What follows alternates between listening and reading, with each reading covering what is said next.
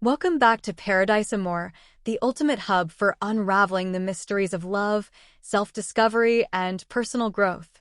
I'm delighted to have you join me on this enlightening journey as we embark on a quest to explore the depths of human behavior and relationships. Today, we're diving headfirst into a topic that might just revolutionize the way you approach dating and interpersonal connections: nice guy habits you need to stop now. Yes, you heard it right. We're peeling back the layers to uncover those subtle yet impactful habits that could be holding you back from finding true fulfillment in your relationships. But before we unravel these habits, let me extend a warm invitation to you, dear viewer. If you're ready to challenge the status quo, to break free from the shackles of outdated dating norms, then this video is for you. So, grab a seat, buckle up, and get ready to embark on a transformative journey of self-discovery. But wait, before we delve into the heart of the matter, I have a humble request.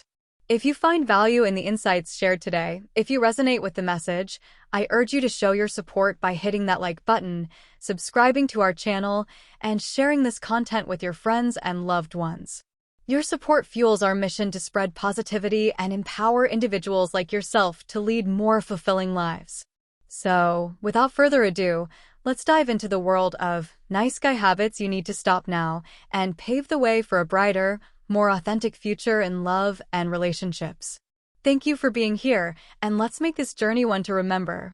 Now that we've set the stage, let's shine a spotlight on the first habit that could be holding you back from relationship success: being a people pleaser. Imagine this. You wake up every morning with a burning desire to make everyone around you happy. You go out of your way to lend a helping hand, to say yes to every request that comes your way. It's commendable, isn't it? But here's the catch: while you're busy pleasing others, you might be neglecting the most important person of all, yourself. Think about it. By constantly putting others' needs before your own, you're essentially handing over the reins of your life to everyone else.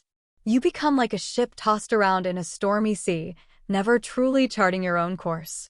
But fear not, dear listener, for there's a way out of this cycle.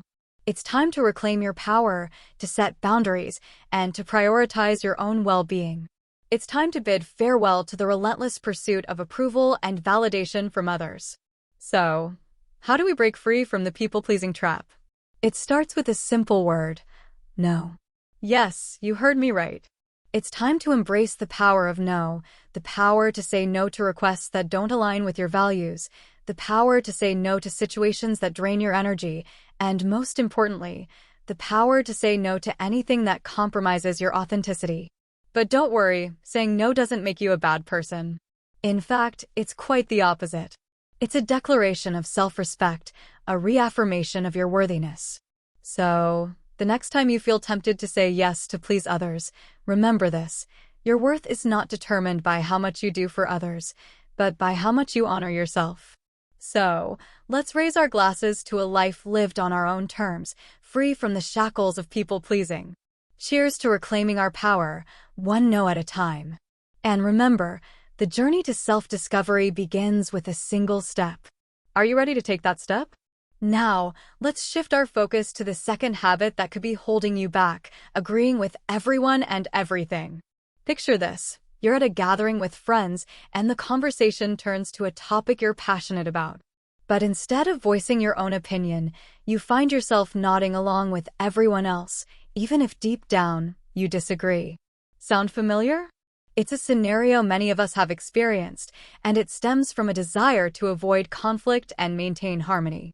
But here's the thing: by constantly agreeing with others, you're stifling your own voice and sacrificing your authenticity on the altar of conformity. But fear not, my friend, for there's a silver lining in this cloud of conformity. It's time to unleash the power of your own opinions, to stand firm in your convictions, and to embrace the beautiful mosaic of diversity that makes us all unique. So, how do we break free from the shackles of agreement? It starts with a simple shift in mindset. Instead of viewing disagreement as a threat to harmony, see it as an opportunity for growth and understanding.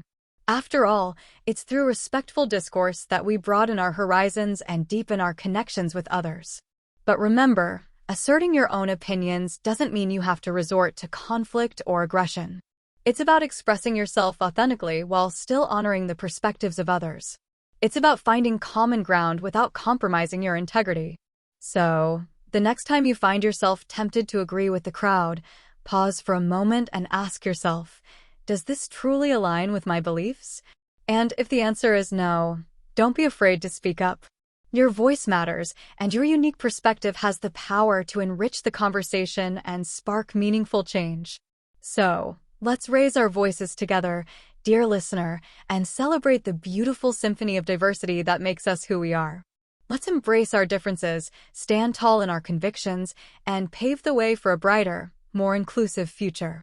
Are you ready to join the chorus of change?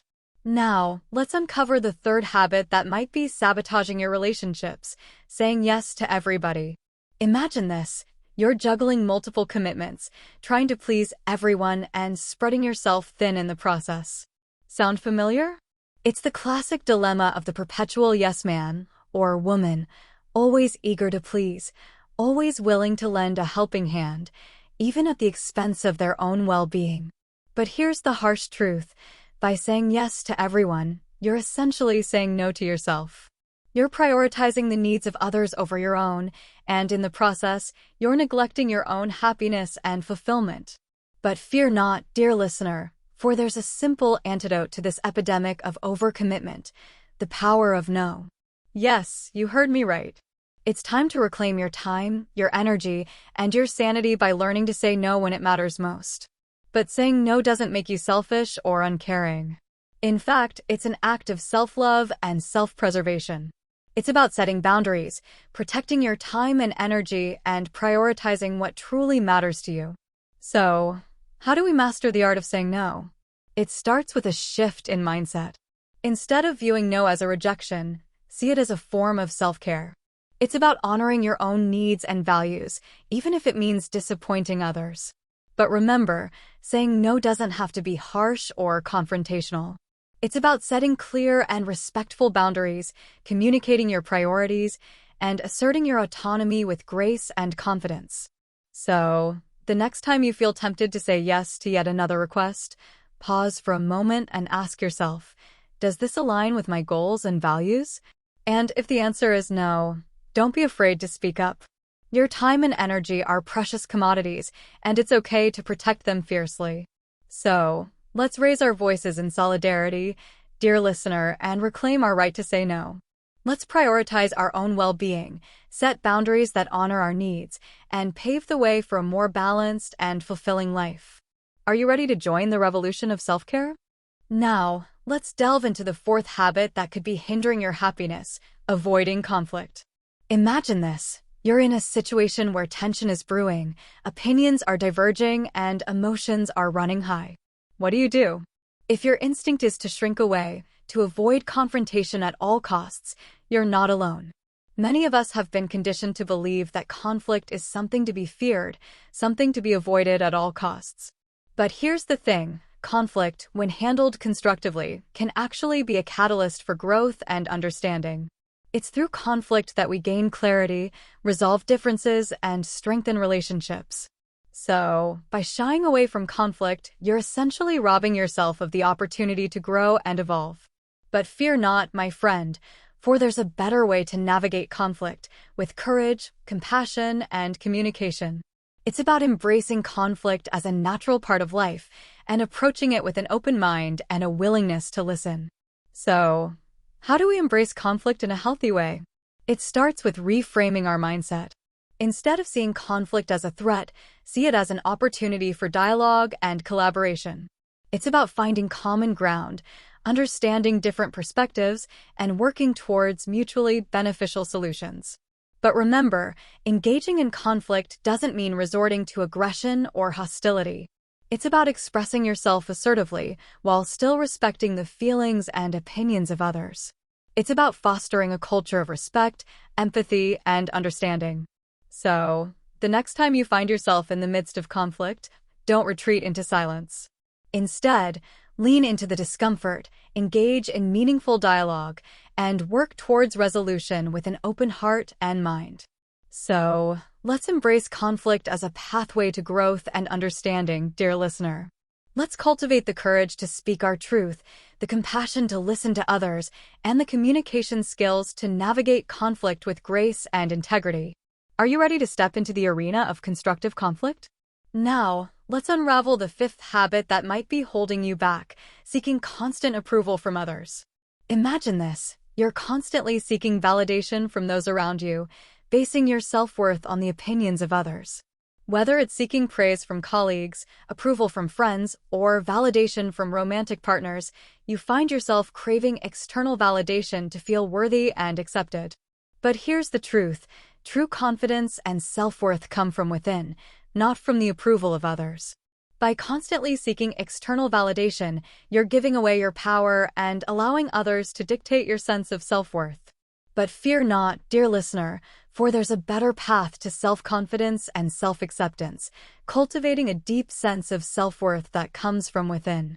It's about recognizing your own value, celebrating your strengths, and embracing your flaws with compassion and acceptance. So, how do we break free from the cycle of seeking approval? It starts with a shift in mindset. Instead of looking to others for validation, look within yourself. Recognize your own worth, trust in your abilities, and celebrate your achievements, no matter how small. But remember, seeking approval from others is a habit that takes time and effort to overcome. It's about reprogramming your mindset, building your self-confidence, and learning to love and accept yourself unconditionally. So, the next time you find yourself seeking approval from others, pause for a moment and ask yourself, am I seeking validation from others, or am I validating myself from within? And remember, true self-worth comes from embracing who you are, flaws and all, and standing confidently in your own truth. So, let's break free from the chains of approval seeking, dear listener, and step into the radiant light of self-acceptance and self-love. Let's celebrate our uniqueness, honor our worthiness, and embrace the journey of self-discovery with open arms. Are you ready to embark on this empowering journey with me? So by releasing these habits of seeking constant approval, you pave the way for a life filled with authenticity, confidence, and self-empowerment. So, let's bid farewell to the old patterns that no longer serve us and welcome in a new era of self-love, self-acceptance, and unshakable confidence. Together, let's journey towards a brighter, more fulfilling future where we stand tall in our own truth and shine brightly as the unique individuals we are.